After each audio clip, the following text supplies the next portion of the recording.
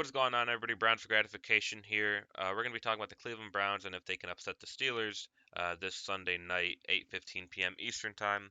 And to answer that question, yes, they could definitely upset them easily, 100%. It's the NFL; anything can happen. They get even more motivation from what Juju Smith-Schuster said.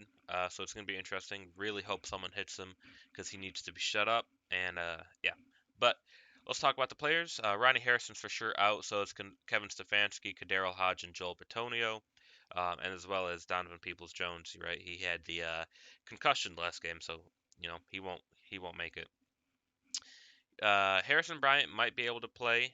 So will Malcolm Smith. He's maybe, and so is Denzel Ward, and I think Kevin Johnson too, if I'm not mistaken. They just didn't give up the updated list until Saturday. Head coach will be Mike Prefer. Play caller will be Alex Van Pelt, our OC. So that's good. Mike Prefer, really well respected in the NFL, 20 years of experience, commands respect. So I don't see that. The only thing that we're gonna, which sucks about Kevin Stefanski missing, which there's a couple things, but the big thing is his play call, because he was a play caller for us. He's the one that helped us win 11 games. But I feel like him and Alex Van Pelt are so close together. They work together so good. I think Alex and Pelt won't be an exact replica, obviously, of Kevin Stefanski, but it's going to be very similar to where you know run the ball, set up the run, and then play action. Right? That's been their whole thing for this throughout the whole 16 games, and then 17 with the playoffs. Steelers offense. Let's talk about that. Bunch of short passes. Don't expect a lot of run. They're 30. They're dead last in running attack. They average 4.4 air yards per attempt, which is 31st in the league. Um, Now, fun fact: Big Ben averages in the game, week 6. Big Ben averaged 7.7 air yards per attempt against the Browns, which was his highest of the season. So, hopefully we have Denzel Ward back, and that can kind of negate that. I wish we had Ronnie Harrison, but unfortunately we don't. That would have helped it even more. Would have gave us a little bit more of a little more breathing room, but it is what it is. Also, forgot to mention B.J. Goodson will be back for this game. And then the receivers, or just the team in general, lead the lead in drops at 43, which is horrible. But they seem to pick it up the past 2 or 3 weeks. So we'll see. Hopefully they continue to drop it.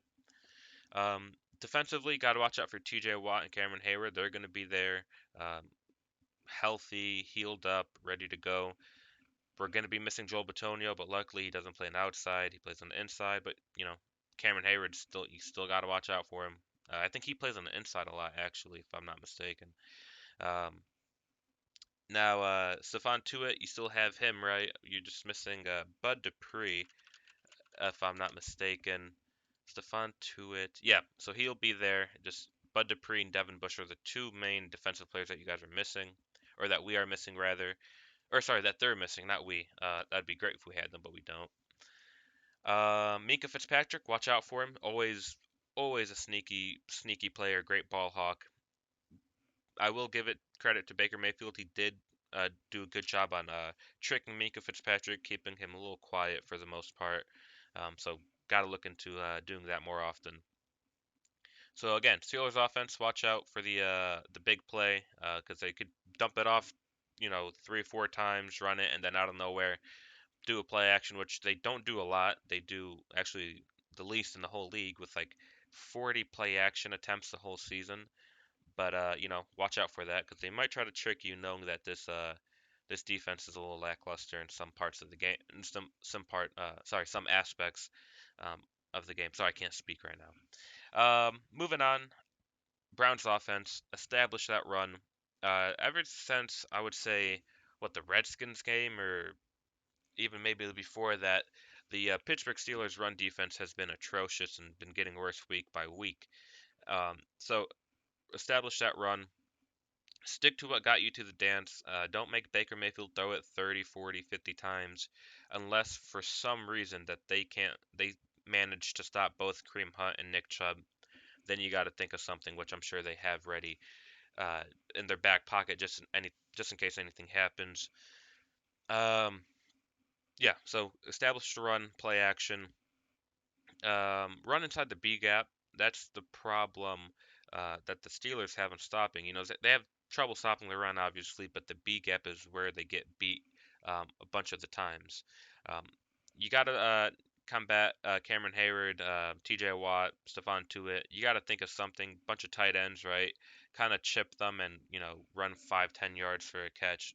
Try to figure something out where that pressure doesn't affect Baker Mayfield because Week 6 was horrible. Remember, they took him out of the game in the fourth quarter because that's the game where he cracked his ribs and was just getting hit way too much.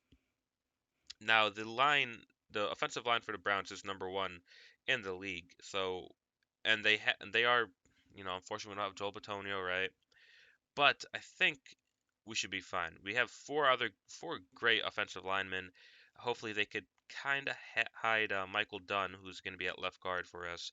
Kind of hide him, and maybe he puts up a fight and does good for us. Who knows? But I have faith in our offensive line. It's just schematically, you just got to figure out how to get that ball quick out of Baker's hands and don't make him hold on to it, or he could throw an interception, fumble the ball, which we don't want, and a slew of other things, which can't happen. So, the final question is, can we beat the Pittsburgh Steelers? Yes, we can. After what Juju said yesterday, definitely going to have a lot of motivation, but you guys got to remember the Browns right now don't have much expectations. People just thinking making them getting to the playoffs is good enough. So no one has high expectations for us to beat the Steelers after COVID and everything else.